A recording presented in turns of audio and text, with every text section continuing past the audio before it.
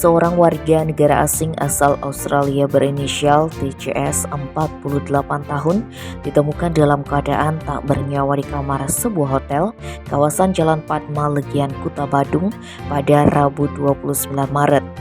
Dia tergeletak telanjang di atas tempat tidur hanya tertutupi selimut.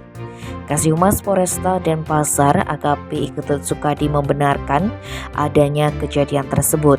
Dijelaskannya korban check-in di hotel tersebut bersama temannya yakni DJS pada Kamis 23 Maret. Singkat cerita, pada Selasa 28 Maret pukul 12, TCS bersama DJS berada di kolam renang. Akan tetapi waktu itu korban sempat mengeluh merasa sakit pada bagian dada sebelah kiri dan lengan kanan, sehingga mereka memutuskan kembali ke kamar. Setelah itu korban dan saksi membeli makan siang. Meski sempat mengeluh sakit, korban masih bisa minum di bar hotel dengan rekan sesama negeri Kangguru itu dan melanjutkan ke restoran di kawasan Kerobokan Cloud, Kuta Utara.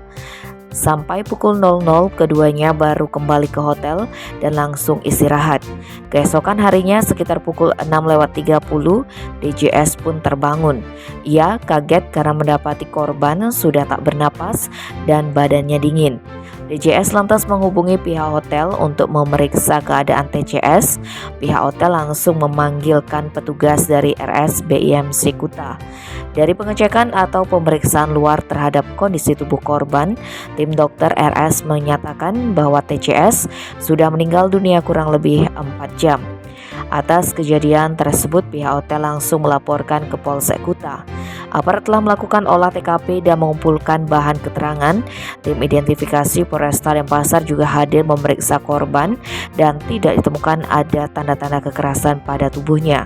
Jenazah TCS kemudian dibawa ke RSUP Prop Ngurah menggunakan ambulan Yayasan Hal Hidayah. Belum diketahui apa penyebab pasti meninggalnya pria tersebut. Tim Bali Express melaporkan.